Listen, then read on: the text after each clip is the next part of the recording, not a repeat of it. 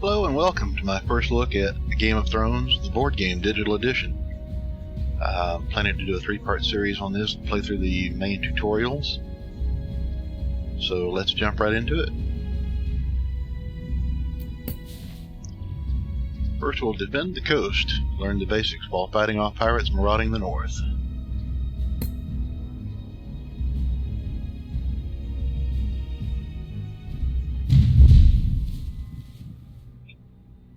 Welcome to the Kingdom of Westeros. In this mission, you will take on the role of House Stark, one of 6 great houses seeking dominance over the land of Westeros.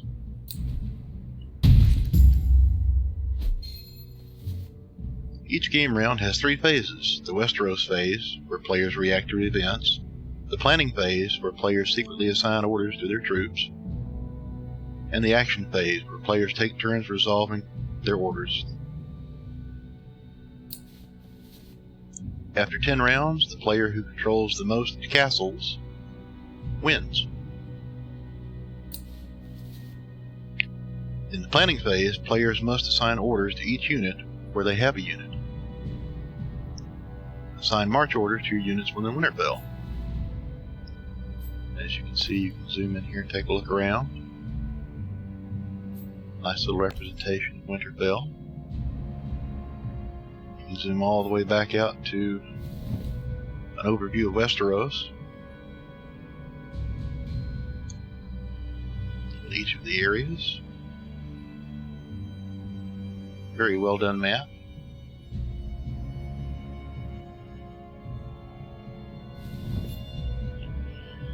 So we'll assign march orders. I'm going to click inside of Winterfell. And these are your march order tokens. You can move any number of units from this space to adjacent spaces. I'll confirm my order. And now comes the action phase. In the action phase, each player resolves the orders they've assigned. A single march order allows you to move any number of units from that area into adjacent areas. So we'll select Winterfell once again. We're going to select one of our units to move into Moat Cailin.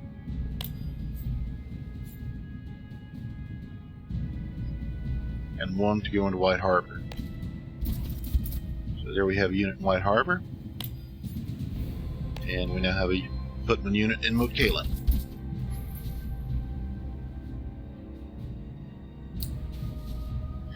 Because Winterfell is your home, you maintain control even if you have no units there, so long as it isn't occupied by enemy forces. The castle symbols refer to both castles and strongholds. The player controls 7 of them. They win immediately without needing to wait for the 10th round.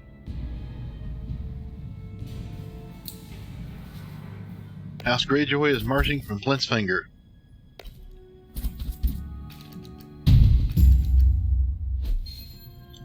At the start of a round, Westeros cards are drawn that affect all players. This phase is skipped on the first round.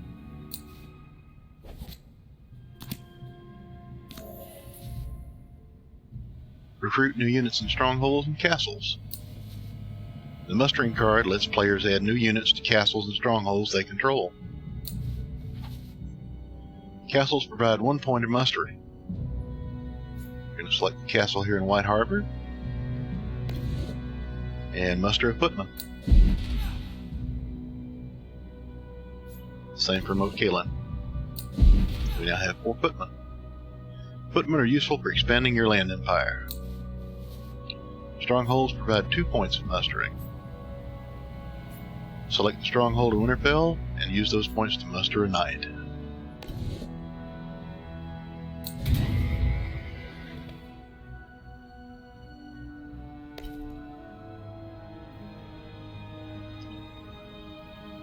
Knights are twice as powerful as footmen in battle. Which you can see just mousing over. The knight has 2 strength, footmen only have 1. And pretty much everything in the game you can mouse over and get a tooltip from, providing 1 VP, mustering value of 2. Garrisons provide control and a strength bonus to their house. If there are no units defending a location with a garrison, combat still occurs as normal, as if the garrison was single unit 2 strength, which is noted here. If a garrison is defeated in combat, it is destroyed. Garrisons cannot add their strength to supporting adjacent areas. And the last days of summer, nothing happens. The next card drawn. Enjoy this rare moment of rest. And continue. Sir Roderick Castle. A raven arrived with news that Greyjoy's pirates had been attacking in the south. March your troops to the coast and defeat the sea scum. Alright. So we're gonna go defeat some sea scum. Put an order here. March. Another march order. You have unlocked the Consolidate Power Order.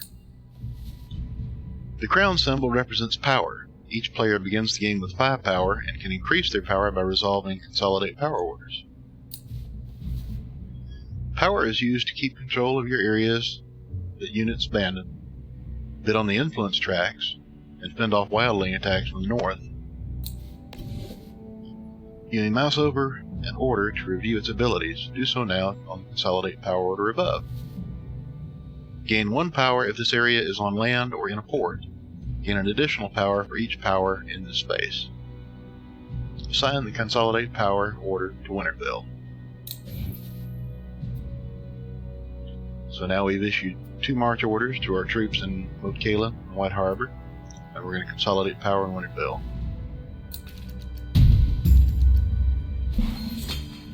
In turn order, players take turns resolving the march order of their choice. Here it's going to tell us to move one of our units from White Harbor to Moat Cailin so they can join the other forces for an attack. We're going to select White Harbor, select one of our units, and march into Moat Cailin.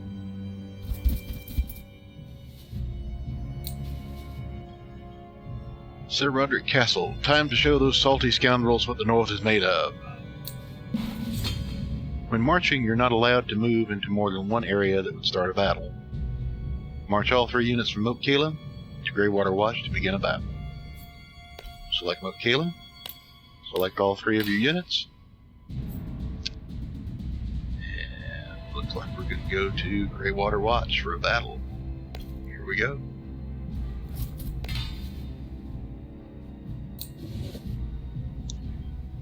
Do you want to spend 1 power to keep control of Moat Cailin? Spending 1 power will allow you to keep control of Moat Cailin so long as enemies' units aren't there. I think that's a good idea because it has a stronghold and it'll give us, it has a castle with 1 mustering power. So Moat Cailin is now under House Stark control. Combat is resolved by comparing the strength of the battling sides. Each footman adds 1 to its owner's total strength. Each player may then play a house card to add to their side's strength. Play Great John Umber to increase the strength of your side by 2. There's Great John. Throw him out on the board. Dagmar Cleftjaw is played by House Greyjoy, bringing their strength to 3. So I have a total of 5. They have a total of 3. I'll cause 1 casualty on their side if I win. They cause 1 casualty, but they also prevent 1 casualty by having a defense here. So, I've won the battle. After a battle, the losing side suffers casualties equal to the number of swords played by the winning side. However, Dagmar Cleftjaw's fortification lets your opponent ignore 1 casualty. So while I was victorious, I did not cause any casualties.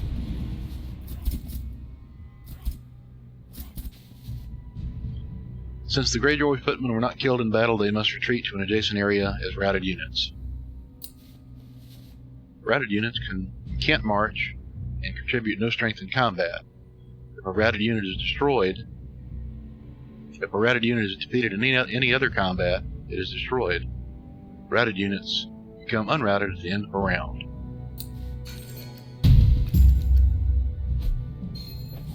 Once again, we're back to the Westeros Phase. We draw cards, adjust the supply track, and reconcile armies.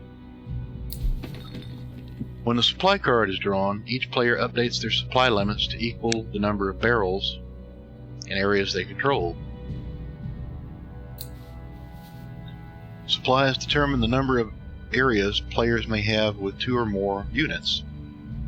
Areas with a single unit do not require supplies.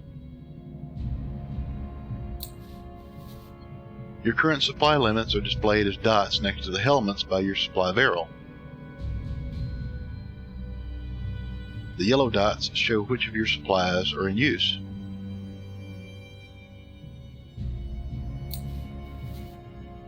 If a player has lost territory since the last supply card was drawn, they may have to remove units to conform with their new supply limit.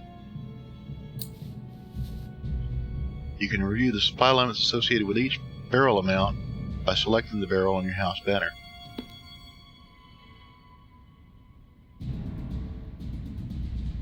So as you can see here, House Greyjoy has a little bit better supply than I do right now, but we'll fix that. Game of Thrones. Each player collects 1 power for each power icon on an area he controls, and each controlled port without an adjacent enemy ship.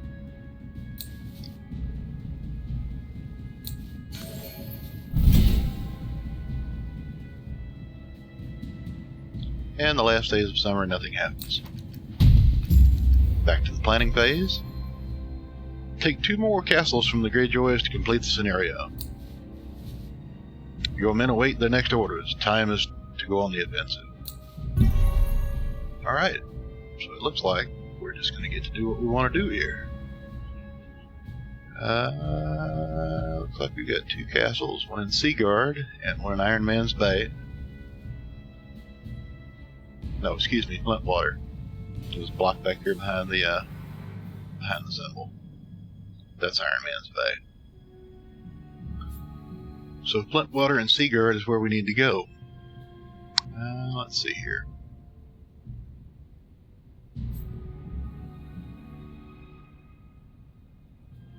So I have a total of 4 strength there. I only have 3.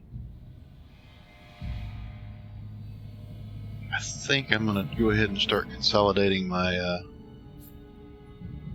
my forces a little bit. So we're going to move this fella. May go ahead and attack down here. They've only got 1 footman.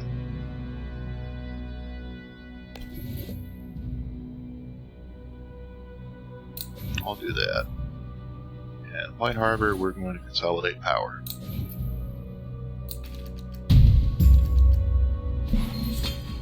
Alright. Actually, I can go ahead and move my knight first. So he joins... Oh, can't go there.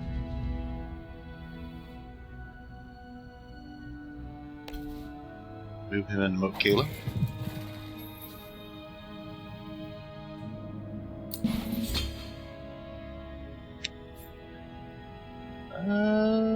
They've only got us outnumbered by 1. Maybe I can do something about that. Let's give it a try. My 3 footmen march in. Yes, I would like to keep control of Greywater Watch. Now, right now they're 3 to 4, but let's see what my cards have. We have Eddard Stark. That has 4 power to my attack. And since we've only got to go into combat twice, I'm thinking I'm going to use my most powerful to start with. So he's 4 combat power and causes 2 casualties. Robb is 3 combat power. Bruce Bolton is 2. The Blackfish is 1. Sir Roderick Castle is 1, but he also provides 2 defense. And Catelyn Stark is 0. So let's throw Eddard out on the battlefield. Oh, guess they didn't want that area that bad at all. A rousing victory, plus I've killed 2 of their men. Ah! Oh, all of them. Okay, well, that's good too.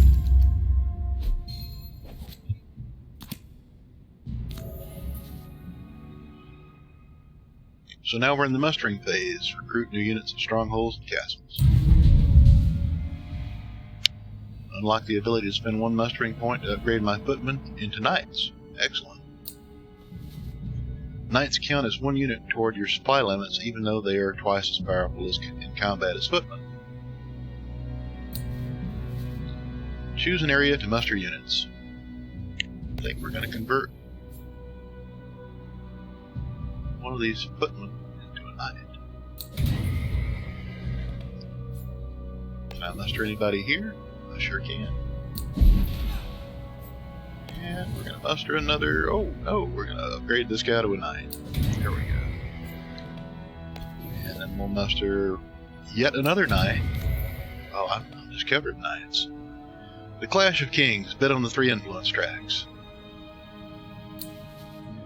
When Clash of Kings is drawn, players bid power on the 3 influence tracks. Today we'll only bid on the War Focus track of fiefdom, which determines tiebreakers in combat. But you can see the fiefdom track over here. There's only 2 houses. Right now, Greyjoy's got me, but we're going to fix that. Each player chooses to bid a number of power which will be spent whether or not they end up the highest bidder. Players are then ordered from highest to lowest based on their bid. So let's go all in. See if we can beat the Greyjoys. Yep, we did.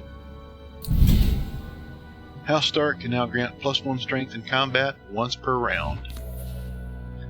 And the last days of summer.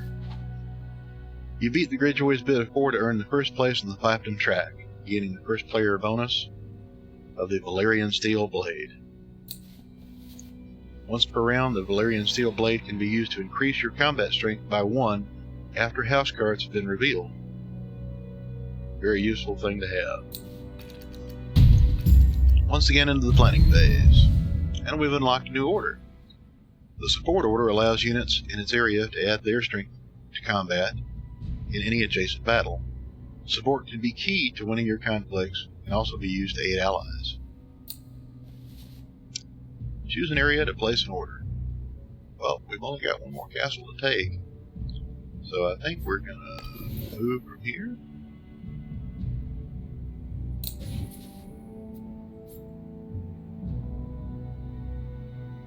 I think we'll move some support in from over here. We'll just consolidate power up in Winterfell, and we'll probably consolidate power here. I think that should do us. Action phase. Alright. So, we'll go ahead and move my 2 footmen and the Greywater Watch.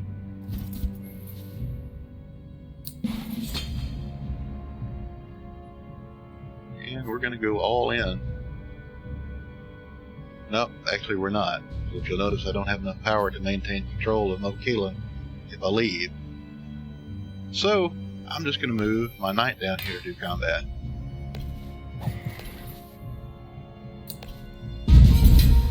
Right now we're 2 to 1. I'm going to go ahead and put Robb Stark in to give me 3 more.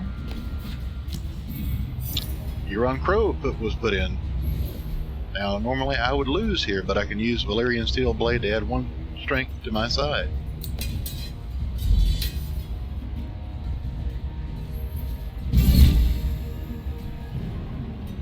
Whoever controls the fiefdom track always wins the tiebreaker.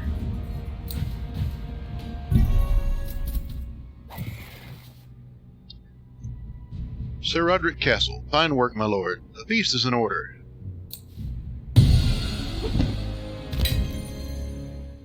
And that's the end of Tutorial 1.